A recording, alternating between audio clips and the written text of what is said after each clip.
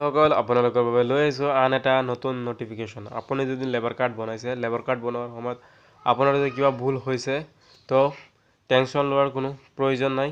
আপুনি অতি সহজতে আপুনি এডিট কৰি ল'ব পাৰিব আপোনাৰ লেবাৰ কাৰ্ডটো। তো কেনেকৈ আপুনি এডিট কৰি আপোনাৰ শুদ্ধ কৰি ল'ব পাৰিব আপোনাৰ লেবাৰ কাৰ্ডটো মই এইটো ভিডিঅ'ত দেখাম।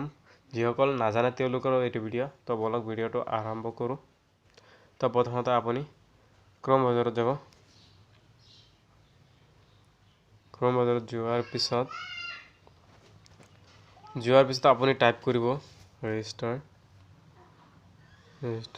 তো মই আগতে টাইপ কৰিছোঁ কাৰণে আহি গৈছে register.isround.government.in। এইটো আপুনি টাইপ কৰাৰ পিছত আপুনি চাৰ্চ কৰিব। তো মই চাৰ্চ কৰি আছোঁ।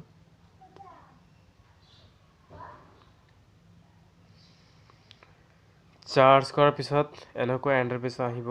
আপোনাৰ আধাৰ কাৰ্ডৰ লগত যিটো নম্বৰ লিংক কৰিছে সেইটো নম্বৰ বহাব। মই বহাই আছোঁ। আপোনাৰ কেপচান নম্বৰটো বহাব, শুদ্ধকৈ বহাব।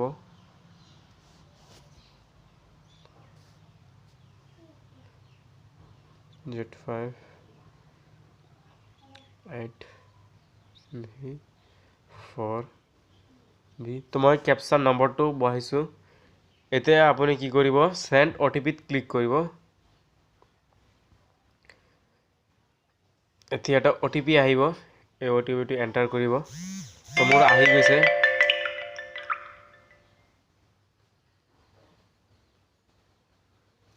তো মই OTPটো বহাইছোঁ। এতিয়া আপুনি ছাবমিটত ক্লিক কৰিব।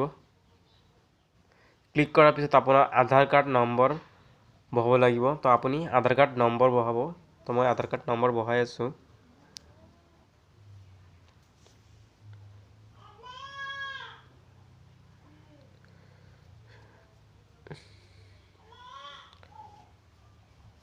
তো মই আধাৰ কাৰ্ড নম্বৰ বহাইছোঁ। এতিয়া আপুনি কি কৰিব, তলফানে টানি যাব।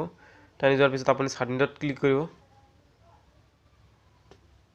ছাবমিটত ক্লিক কৰাৰ পিছত আপুনি চাব update profile download EBA card. তো আপুনি আগতে আপডেট প্ৰফাইলত ক্লিক কৰিব। তো মই আপডেট প্ৰফাইলত ক্লিক কৰি আছোঁ। পাৰ্চনেল ইনফৰমেশ্যন, আপোনাৰ কোনটো ঠাইত আপোনাৰ ভুল হৈছিল এতিয়া আপুনি সম্পূৰ্ণভাৱে শুধৰণি কৰিব পাৰিব।